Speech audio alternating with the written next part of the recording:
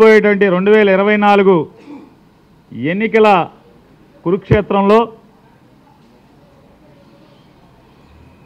తన అర్జునుడిని ఈ యుద్ధంలో రాబోయేటువంటి ఎన్నికల కురుక్షేత్రంలో ఈ 5 ఏళ్లు ప్రజా శ్రేయస్సే లక్ష్యంగా పనిచేసినటువంటి నాకు ఈ రాష్ట్ర ప్రజానీకమే ఈ జగన్మోహన్ రెడ్డి గారి ప్రభుత్వం వల్ల ఏ గడపలో అయితే ఏ కుటుంబానికైతే మేలు జరిగిందో మేలు జరిగినటువంటి ప్రతి కుటుంబం అలాగే వైఎస్ఆర్ కాంగ్రెస్ పార్టీ ప్రతి కార్యకర్త శ్రీకృష్ణుడిలా తనకు అండగా ఉండి నడిపించమని రేపు జరిగేటువంటి కురుక్షేత్రంలో కౌరవుల్లాగా కుట్రలతో కుతంత్రాలతో ప్రజల మనసులను గెలవటం కంటే కూడా ఓట్లు పోగేసుకుని కూటమి ద్వారా కౌరవ సైన్యంలాగా మందిగా వస్తున్న వారిని మట్టి కరిపించటానికి నాకు అండగా ఉండండి శ్రీకృష్ణులాగా అని చెప్పని ఆయన మాట్లాడుతుంటే ఆయన ప్రజల్ని వేడుకుంటాను ప్రజల్ని అడుగుతూ ఉంటే జనసేన పార్టీ అధ్యక్షుడు పవన్ కళ్యాణ్ గారు ఒక జంపింగ్ జపాంగ్ని పెద్ద వీరుడిగా సూర్యుడిగా పోటుగాడిగా ఊహించుకుని అతను పక్కన పెట్టుకుని మాట్లాడతాడు. అర్జునుడైతే ద్రౌపదిని కాపాడాలంటాడు. అర్జునుడికి ద్రౌపదికి బంధం ఏంటో సంబంధం ఏంటో కూడా వీరికి తెలియదు. సరే పోతే పోయింది.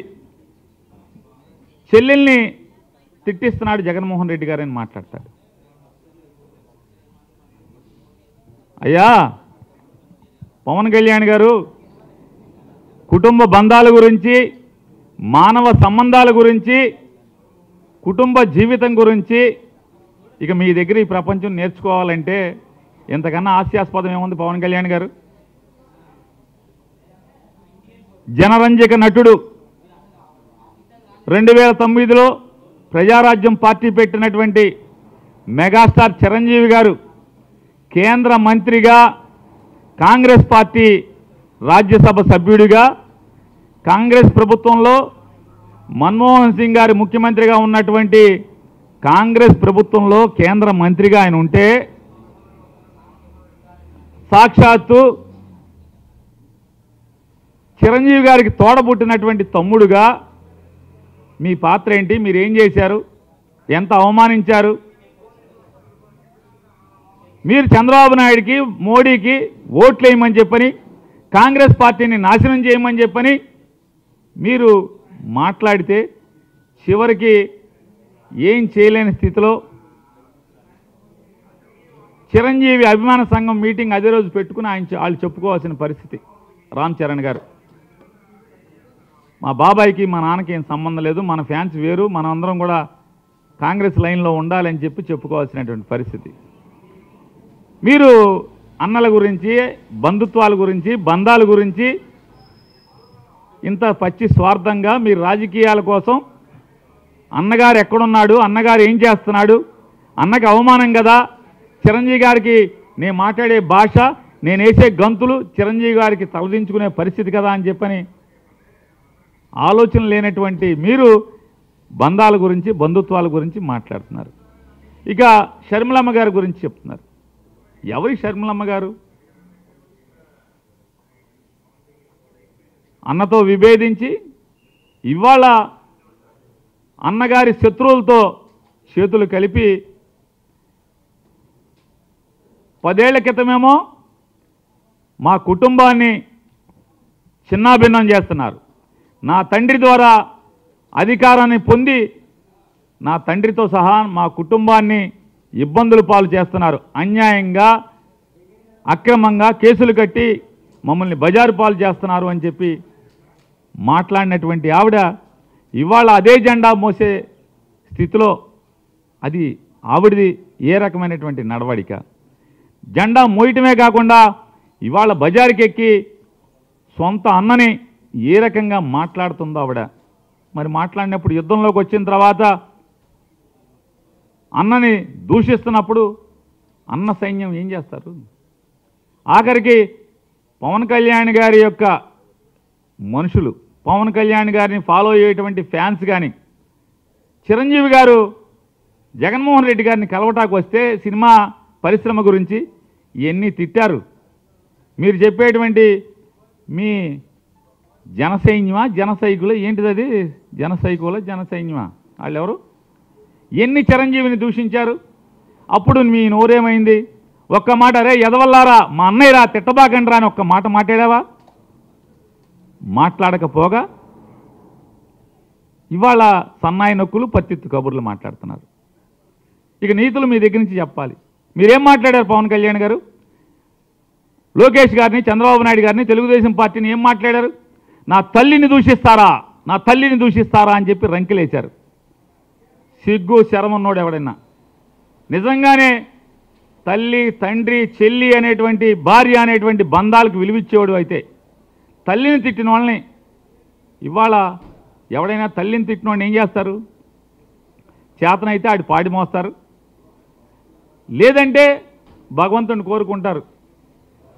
వాడికి ఇంత దుర్మార్గంగా నేను ఆడికి మేలు చేస్తే నా తల్లిని తిట్టారు, అవమానించారు కాబట్టి భగవంతుడా వారి పాపాలని కడిగయ్యో లేకపోతే వాళ్ళ పాపాలకు తగ్గ శిక్ష అయ్యో అని కోరుకుంటారు.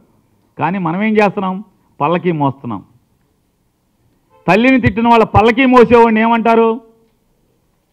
లేదా నువ్వు ముఖ్యమంత్రి అవ్వాలి, నువ్వు ముఖ్యమంత్రి అవ్వాలి, మా ప్రాణం పెడతాము, మేము చచ్చిపోతాము అని చెప్పని ఏ రంగం వేస్తున్నటువంటి మీ వాళ్ళందరినీ కూడా అరే మనకి సీన్ లేదురా, మనం పల్లకీ మోయటమేరా, మనం ముఖ్యమంత్రి అవ్వలేము, నేను ఎమ్మెల్యేని అవ్వలేను, మీరు ఆగండి అని చెప్పని ఇట్లాంటి స్థైర్యాన్ని చంపే మాటలు మాట్లాడేవాడిని ఏమంటారు భారతంలో? యుద్ధం చేయాల్సిన వాడిని, యుద్ధానికి సిద్ధమైనటువంటి వ్యక్తుల్ని మానసిక స్థైర్యాన్ని చంపేవాడిని ఏమంటారు? శల్యుడు అంటారు. నవయుగ భారతంలో, కలియుగ భారతంలో శల్యుడి పాత్ర పవన్ కళ్యాణ్ పోషిస్తున్నాడు అనేది మాట వాస్తవమా కాదా? యుద్ధం చేస్తున్నట్టే అంటే యుద్ధానికి సిద్ధమైనటువంటి జన సైనికుల్ని నిర్వీర్యం చేస్తూ వాళ్ళ మానసిక స్థితిని చంపేస్తూ వాళ్ళ ధైర్యాన్ని చంపేస్తున్నటువంటి అండి ఇవాళ కలియుగ శల్యుడు నువ్వు. నాడు కర్ణుడి ధైర్యాన్ని నిర్వీర్యం చేయడానికి ప్రయత్నం చేసిన శల్యుడు ఇవాళ మీ పార్టీ కార్యకర్తల్ని స్థైర్యాన్ని యుద్ధం చేద్దామని రెడీ అవుతుంటే ఆయుధాలను పక్కన పడేయండి, మనం పల్లకీ మొయ్యాలి, మన చేతిలో ఆయుధాలు కాదు, మన చేతిలో పల్లకీ పట్టి ఉండాలి, పల్లకీ కమ్మి ఉండాలని చెప్పి చెప్తున్నాడు. నువ్వు శల్యుడితో కదా శల్యుడు. మరి నువ్వు శల్యుడు కాబట్టి అర్జునుడు అంటే నువ్వు పోల్చుకుంటున్నావు. అర్జునుడికి శల్యుడికి పోల్చుకున్నప్పుడు నీకు బాధ కలుగుద్ది. ఆ బాధతో మాట్లాడేటువంటి మాటలు. అట్లాగే ఆ పక్కన కూర్చున్న అతను ఒకటి మాట్లాడతాడు. జగన్మోహన్ రెడ్డి గారి అన్ని అసత్యాలు మాట్లాడుతున్నాడు, అబద్ధాలు చెప్తాడు. ఆయన 2004 నుంచి 2009 దాకా 2019 నుంచి 2024 దాకా మొత్తం నాకు తెలుసు అంటున్నాడు. మరి అన్నీ తెలిసినాడు అసలు జగన్మోహన్ రెడ్డి దగ్గరికి ఎందుకు వచ్చావు? సిగ్గు శరం లేదా? ఎందుకు వచ్చావు? 2014లో జగన్మోహన్ రెడ్డి గారి సింబల్ మీద ఆయన ఫోటో పెట్టుకుని ఎందుకు ఓట్లు అడిగావు? గుంటూరులో అడుక్కున్నావు కదా, ఓట్లు అడుక్కోలేదా? 2019లో బందరు వచ్చి ఎందుకు అడుక్కున్నావు? బందరులో ఎందుకు పోటీ చేసావు వైఎస్ఆర్ కాంగ్రెస్ పార్టీ సింబల్ మీద? మరి జగన్మోహన్ రెడ్డి గారు ఇంత చెడ్డోడని నీకు తెలిస్తే మరి ఎందుకు పోటీ చేసావు? ఎందుకు వచ్చావు అని అడుగుతున్నాను. సిగ్గుండాలి కదా అన్నీ తెలిసి రావటానికి. సిద్ధం అంటే దేనికి సిద్ధం? జగన్మోహన్ రెడ్డి గారు మా బందర్ ఎంపీ సారు గారు, మీరు జగన్ సారు గారు అంటున్నారు కదా, నేను అడుగుతున్నాను సిద్ధం అంటే పారిపోవడానికి సిద్ధమా అని జగన్మోహన్ రెడ్డి గారు అంటున్నారు. పారిపోయే బతుకులు ఎవడి? బతుకులు ఎవడి పారిపోయే బతుకులు. 2004లో మన బతుకెక్కడా? తెనాలిలో. తెనాలి నుంచి 2009కి నరసరావుపేట పారిపోయింది ఎవరు? 2009 నుంచి మళ్ళీ 2014 వచ్చేప్పటికి నరసరావుపేట నుంచి గుంటూరు పారిపోయినవాడు ఎవడు?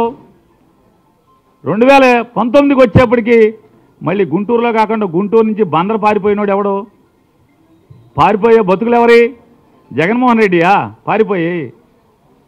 ఎవడి పారిపోయే బతుకులు? ఇట్లాంటి వాళ్ళందరినీ పట్టుకుని నాడు రాజశేఖర రెడ్డి గారు లేకపోతే బతుకు లేదు. చనిపోయిన రాజశేఖర రెడ్డి గారి గురించి, కేవీపీ రామచంద్ర గురించి సాయంత్రం 8 తర్వాత ఢిల్లీలో ఏం మాట్లాడుతున్నావో కేవీపీ రామచంద్రరావుకి తెలియదు అనుకుంటున్నావా? ఎంత అసహ్యంగా జుగుప్సాకరంగా జగన్మోహన్ రెడ్డి గారి గురించి ఇవన్నీ మాట్లాడుతున్నావో ఎవరికి తెలియదు అనుకుంటావా? పవన్ కళ్యాణ్ గురించి ఏం మాట్లాడావో తెలీదా? 2023 జనవరి ఫిబ్రవరి మాసాల్లో చంద్రబాబు దగ్గరికి కౌరు చేస్తే చంద్రబాబు ఇది మన స్కూల్ కాదురా బాబు, ఇది చాలా డేంజర్ కేసు, ఇది మనకొద్దు, పవన్ కళ్యాణ్కి తోసేయండి అని చెప్తే పవన్ కళ్యాణ్ గారి దగ్గరికి మార్చి ఏప్రిల్ మాసాల్లో పవన్ కళ్యాణ్ గారి దగ్గరికి ఒక ప్రొడ్యూసర్తో హరీష్ శంకర్ మైత్రి మూవీస్ వాళ్ళ సినిమా షూటింగ్ జరుగుతుంటే ఆ షూటింగ్ దగ్గరికి కౌరు చేసిన మాట వాస్తవా కాదా? పవన్ కళ్యాణ్ చీకొట్టిన మాట వాస్తవా కాదా? తర్వాత చిరంజీవి గారి కాళ్ళు పట్టుకుని చిరంజీవి గారితో ఫోన్ చేసి పవన్ కళ్యాణ్కి జూన్ జూలై మాసంలో పవన్ కళ్యాణ్ గారి దగ్గరికి వెళ్ళిన మాట వాస్తవం కాదా? వెళ్ళి ఆ రోజు మాట్లాడుకోవడమే కాకుండా ఆఖరికి 2004-9 నుంచి 9 మధ్యలో ఇవాళ డయాస్ మీద పవన్ కళ్యాణ్ గారి పక్కన కూర్చున్నటువంటి నాదెండ్ల మనోహర్ గారు ఎంత కాల్చుకు తిన్నావు, ఎంత ఏడిపించావు, నాదెండ్ల మనోహర్ని ఎంత బజార్కి ఇచ్చి రచ్చ చేస్తే ఈ రోజుకి నాదెండ్ల మనోహర్ గారు నిజంగా నువ్వు కాళ్ళు పట్టుకుంటే కదా ఆయన కరిగింది. చిరంజీవి గారు నాదెండ్ల మనోహర్ గారికి ఫోన్ చేసి ఇట్లా బాలసౌర్ వస్తాడు, బాలసౌర్ని క్షమించేయమని చెప్తే కదా బాలసౌర్ నాదెండ్ల మనోహర్ క్షమించగట్టే కదా.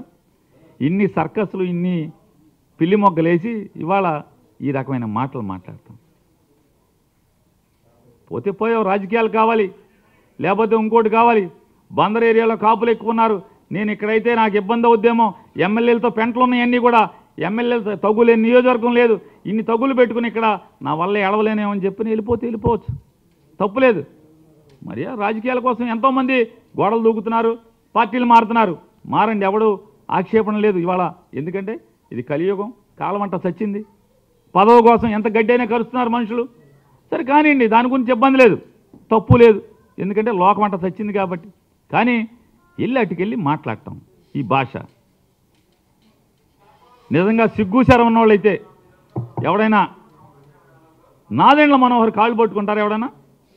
ఎంత ఏడిపించావు, ఎంత నాదెండ్ల మనోహర్ని, నాదెండ్ల మనోహర్ గారి శ్రీమతి గారిని ఎన్ని దుర్భాషలాడి ఎన్ని మాటలు మాట్లాడి వెళ్ళి కాళ్ళు పట్టుకునే పరిస్థితి. ఇంక జగన్మోహన్ రెడ్డి గారి జీవితం అంతా తెలుసంట, లోపల తెలుసంట, బయట తెలుసంట, ఒంటి మీద మచ్చలు తెలుసంట, ఏం పుట్టు మచ్చలు తెలుసు. మరి ఇన్ని తెలిసినోడు ఎందుకు పోటీ చేయాలి వైఎస్ఆర్ కాంగ్రెస్ పార్టీ మీద? 2 సార్లు ఎందుకు పోటీ చేసి? ఇవాళ కాదు రేపటికి పవన్ కళ్యాణ్ కూడా ఖచ్చితంగా ఏంటో తెలుస్తుంది. ఈ అరువు జుట్టు ఎట్టుకుని, జుట్టు కూడా మంద కాదు కదా, ఎవడో జుట్టు కదా, జుట్టుతో సహా అరువు జుట్టులు తెచ్చుకుని ఈ అరువు పార్టీలు, అరువులు. ఈయనంటే జగన్మోహన్ రెడ్డి గారికి చెప్పాడని రాజధాని ఇక్కడే ఉంచుతామని అంటే ఊరు తిరిగాంట. ఏ ఊరు బాబు? అసలు 7 నియోజకవర్గాల్లో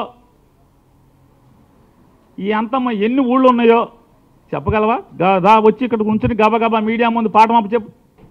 ఎన్ని ఊళ్ళు ఉన్నాయి, ఏ ఊళ్ళో సర్పంచ్ ఎవడు, ఏ ఊళ్ళో ఎంపీటీసీ ఎవడు, ఏ ఊళ్ళో ఎంపీపీ ఎవడు, అసలు మా బందర్లో కార్పొరేటర్లు ఎవడు పోటీ చేశాడు, ఎవడు గెలిచాడు, ఎవరికైనా ఓటు అడిగామా? కాబట్టి గోడ దూకటం తప్పులేదు, పార్టీలు మారటం తప్పులేదు, పదవి కోసం ఏ గడ్డిగైనా కరగటం తప్పులేదు. కానీ ఈ రకంగా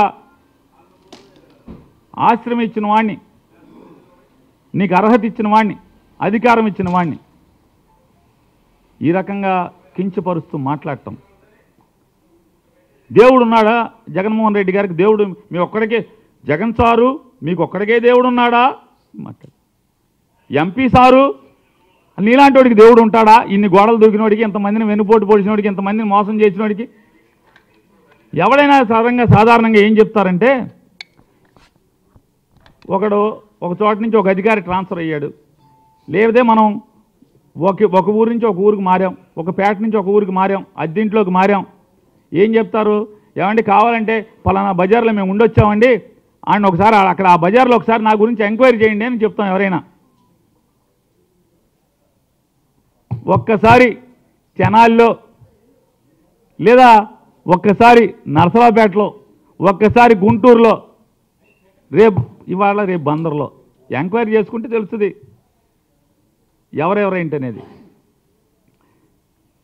ఇవాళ పవన్ కళ్యాణ్ గారికి ఒకటే చెప్తున్నాం, అన్నని అవమానపరిచిన, మానవ సంబంధాలకు విలువ ఇవ్వనటువంటి పవన్ కళ్యాణ్ గారు, అన్నని అవమానించే పరిస్థితిలో రాజకీయాలు నడిపినటువంటి మీరు, అన్నగారు ఒక రాష్ట్ర ముఖ్యమంత్రి దగ్గరికి సినీ పరిశ్రమ గురించి చర్చలు జరపడానికి వచ్చినప్పుడు వచ్చిన మనిషి గురించి మీ ఫ్యాన్స్ అందరూ కూడా దుర్భాషలాడితే ఏం మాట్లాడారు? మీరు మాట్లాడే భాష ఏంటి? ఇవాళ మీరు చెప్పే సూక్తులేంటి?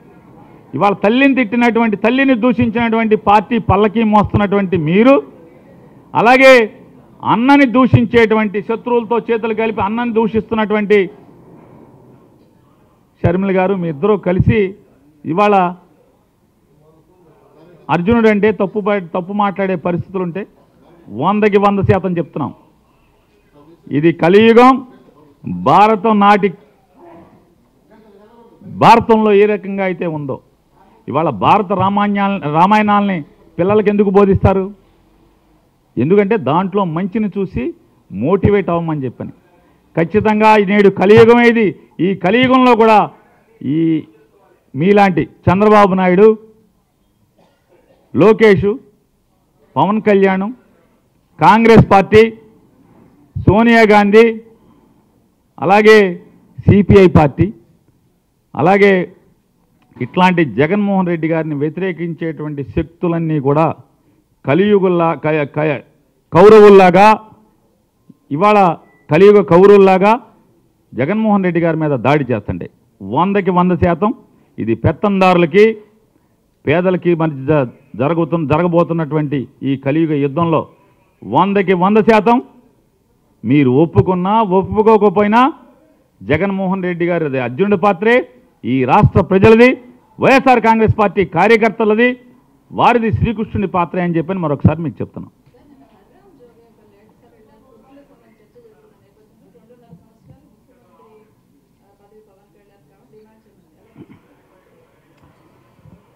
ఇప్పుడు నేను చూసేదేముంటుందండి, హరిరామ్ జోగి గారు తిప్పలు పడతా ఉన్నాడు, కాపులను మోసం చేయొద్దు పవన్ కళ్యాణ్ గారు, కాపులు అమాయకులు, కాపులు మోసం చేయొద్దు అని ఆయన తిప్పలు పడుతున్నాడు. అది ఆయన గోల, మా వైఎస్ఆర్ కాంగ్రెస్ పార్టీకి సంబంధించిన గోల కాదు. ఆయన కులపరంగా మాట్లాడుతున్నాడు. ఏమని? నువ్వు కాపుల్ని పోగేసి చంద్రబాబుకి తాకట్టు పెట్టద్దు, చంద్రబాబు పల్లకి మోయించద్దు, గెలుస్తామో ఓడతామో మన కులానికి కూడా, కమ్మారికి రెడ్లకి ఎట్టయితే ముఖ్యమంత్రి చేశారో మన కులానికి కూడా ముఖ్యమంత్రి ఉండాలి అని చెప్పని అతను ఆకాంక్షిస్తున్నట్టున్నాడు. ఎవరు? హరిరామజోగి గారు. ఆ ఆకాంక్షను ఒప్పుకుంటాడా లేదా? లేదు, నాకు పల్లకి మోయటమే నాకు అలవాటైన వ్యవహారం, నా కుర్చీలో కూర్చునేటువంటి అర్హత ఆకాంక్షలు లేవు అని చెప్తాడా? వాళ్ళిద్దరూ చూసుకోవాల్సిన అంశం. ఇందులో మీరు నేను మాట్లాడటానికి ఏముంటుంది?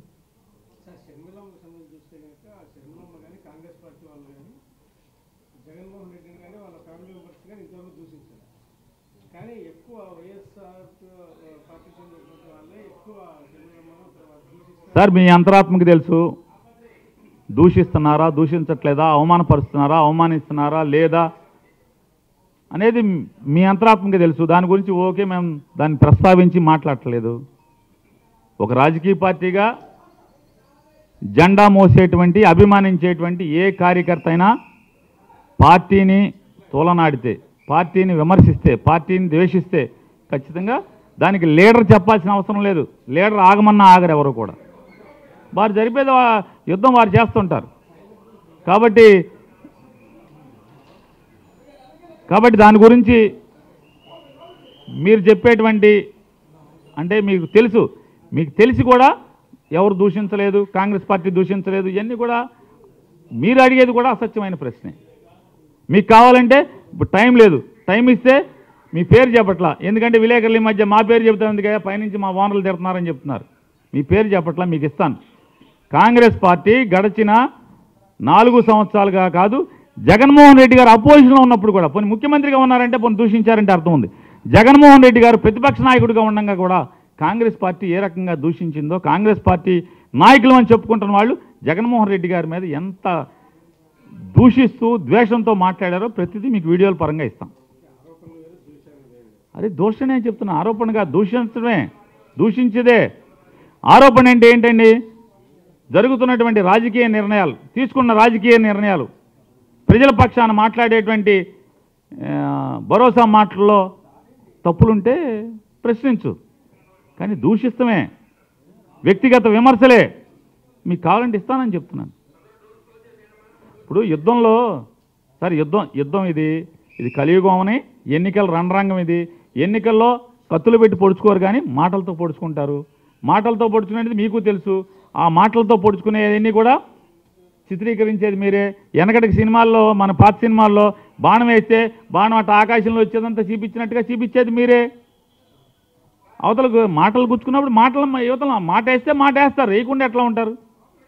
జరుగుతుంది కదా, జరుగుతుంది. ఏం మాట్లాడుతున్నాడు ఇప్పుడు మీరు అన్ని అసలు కాంగ్రెస్ పార్టీ చాలా పద్ధతి గల పార్టీ. వాళ్ళు చాలామంది ప్రవచనాలు చెప్పినట్టు, స్వామీజీలు ప్రవచనాలు చెప్పినట్టు, లేకపోతే మసీదుల్లో గురువులు చెప్పినట్టు, లేకపోతే చర్చిల్లో బిషప్ గారు చెప్పినట్టు ప్రవచనాలే మాత్రమే మాట్లాడతారు కాంగ్రెస్ పార్టీ అంటే అని మాట్లాడుతున్నారు మీరు. మీకు ఇస్తానన్న క్యారెక్టర్ని అసాసినేట్ చేస్తూ, వ్యక్తిత్వ హననాన్ని చేస్తూ వారు మాట్లాడినటువంటి, పోనీ ముఖ్యమంత్రిగా ఉన్నప్పుడు మాట్లాడారంటే ద్వేషంతో మాట్లాడారు అనుకుందాం. రాజకీయాన్ని తట్టుకోలేక జగన్మోహన్ రెడ్డి గారు జనాన్ని గుండెల్లో ఉన్న స్థానాన్ని చూసి తట్టుకోలేక తిట్టారంటే అర్థం ఉంది. ప్రతిపక్ష నాయకుడిగా ఉండగా కూడా తోలనాటినటువంటి విమర్శించినటువంటి కాబట్టి వీడియోలు ఇస్తాను మీకు. ఇకపోతే చంద్రబాబు నాయుడు గారు పాపం నిన్న ఆయన మాట్లాడతాడు. మచిలీపట్నంలో ఒక పేరుని నాని ఉన్నాడు. ఆ పేరుని నాని ఓట్లలో అందరికీ వడ్డిస్తున్నాడు. వడ్డించి సర్వర్గా ఆయన మారిపోయాడు. జగన్మోహన్ రెడ్డి గారి ప్రభుత్వం మిమ్మల్ని అందరినీ కూడా ఓట్లలో సర్వర్లు చేస్తాం అని చెప్తున్నారు. నేను ముఖ్యమంత్రి అయితే మేమందరికీ ఐటీ ఉద్యోగాలు ఇస్తానని మాట్లాడుతున్నాడు. అంటే వయసు మీద పడిపోయి మతి చెడించిందా చంద్రబాబు నాయుడికి? మైండ్ ఏమైనా చెడిందా? ఒకసారి డాక్టర్లు చూపించుకోవాల్సిన పరిస్థితి. పేరుని నాని అనేవాడు ఎమ్మెల్యే ఉద్యోగం చేస్తూ ఎమ్మెల్యేగా తన పార్టీ అంటే తన కోసం అహర్నిశలు కష్టపడుతున్నటువంటి వైఎస్ఆర్ కాంగ్రెస్ పార్టీ కుటుంబ సభ్యులందరినీ కూడా ఒక సభకు తీసుకెళ్తూ, మా నాయకుడు ప్రసంగించే సభకు తీసుకెళ్తూ వారికి భోజనం పెట్టేటువంటి కార్యక్రమం. వారికి గబాలన ఒక్కసారి ఒక హోటల్లోకి వెళ్ళి 130 మంది ఒకసారి మేము 4 బస్సుల్లో వెళ్ళి కూర్చుంటే నాతో పాటు ఉన్నటువంటి వాళ్ళ గబాలన సర్వర్లు ఎక్కడ ఉంటారు హోటల్లో, దాన్ని కార్యకర్తల్లో మమేకమై కార్యకర్తలకు భోజనం పెడతాం. మీ దృష్టిలో నేను సర్వర్ ఉద్యోగం అంటే మీకు కార్యకర్తలంటే అంత విలువ ఉంది మీకు. తెలుగుదేశం పార్టీలో చంద్రబాబు నాయుడు దృష్టిలో కార్యకర్తలకు అన్నం పెడతామంటే సర్వర్ కింద. అంటే సర్వర్ అంటే ఎంత పెత్తందారి మనస్తత్వం అంటే మీరు చౌదరి గారు అని చెప్పి, మీరు కమ్మారని చెప్పని, మీరు బాగా ఎన్టీ రామారావు గారు అల్లుడు అని చెప్పి, ఖర్జూర నాయుడు కొడుకు అని చెప్పి మీ పెత్తందారి మనస్తత్వం. సర్వర్లు అంటే చిన్నోళ్ళ? సర్వర్లు ఓట్లు కావాలి, మాట మాడితే సర్వర్లు. సర్వర్లు వ్యక్తిత్వం లేదా? సర్వర్లు మనుషులు కాదా? వాళ్ళ కుటుంబాలు లేవా? నేను సర్వరే అనుకో, నేను సర్వర్నే. తప్పేంటి? నీ జేబు కొడితే తప్పు, దొంగతనాలు చేస్తే తప్పు. సర్వర్ నా ఒళ్ళొంచి కష్టపడి సర్వర్ అయితే తప్పేంటి? అంటే ఎంత పెత్తందారి మనస్తత్వం, బూర్జువా మనస్తత్వం, ఎంత కులహంకారం, పేదోడంటే ఎంత చిన్న చూపు. అందుకే జగన్మోహన్ రెడ్డి గారు చెప్తున్నాడు, ఇదిగో ఇది చంద్రబాబు నాయుడు, ఇది పవన్ కళ్యాణ్, వీళ్ళు పేదలకు వ్యతిరేకం, పెత్తందారి మనస్తత్వం ఇది. అందుకే పెత్తందారులతో మన పోరాటం, పేదలకు అండగా పెత్తందారులకి వ్యతిరేకంగా మన పోరాటం అని చెప్పాడు. చూడు ఎంత చిన్న చూపో చంద్రబాబు నాయుడికి. సర్వర్లు అంటే సాఫ్ట్వేర్ ఉద్యోగం అయితే ఆడు చేసేదేంటి? అక్కడికి వెళ్ళి సాఫ్ట్వేర్ ఉద్యోగంలో చేసేదేంటి? గొడ్డి చాకరీ కాదా, వెట్టి చాకరీ కాదా సాఫ్ట్వేర్ ఉద్యోగం చేసేది? పని గంటలు ఉంటాయా? అర్ధరాత్రి అపరాత్రి తెల్లవారులు ఎప్పుడు పడితే అప్పుడు పని చేయించుకోరా? అక్కడ ఏమన్నా ఓనర్ ఏంటి? ఏమన్నా అక్కడ జీతానికే కదా పని చేసేది? సర్వర్ ఇక్కడ జీతానికే పని చేస్తున్నాడు. సర్వర్ అయితే తప్పేంటి? అంటే ఇది చంద్రబాబు నాయుడు యొక్క భూస్వామ్య పెత్తందారి మనస్తత్వం. అంటే ఎంత చిన్న చూపు. చిన్న ఉద్యోగస్తులంటే అంటే ఒక సర్వర్లు అంటే చిన్న చిన్న వర్కర్లు అంటే వీళ్ళకి చిన్న చూపు. కాబట్టి ఇట్లాంటి మనస్తత్వం ఉన్నటువంటి అయ్యా కార్యకర్తలారా, చంద్రబాబు నాయుడు మనసులో కార్యకర్తలకు ఏ పాటి విలువ ఉంది, అట్లాగే ఈ సమాజంలోని చిన్న చిన్న జీవితాలు అనుభవిస్తున్నటువంటి వారికి ఎంత విలువ ఉందో ఒక్కసారి చూసి రేపు 24 జరుగుతున్నటువంటి ఎన్నికల కురుక్షేత్రంలో కాల్చి వాత పెట్టి ఇట్లాంటి పెత్తందారి మనస్తత్వంలోని కుర్చీలో కూర్చొనివద్దని మనస్ఫూర్తిగా మేము కోరుకుంటున్నాను.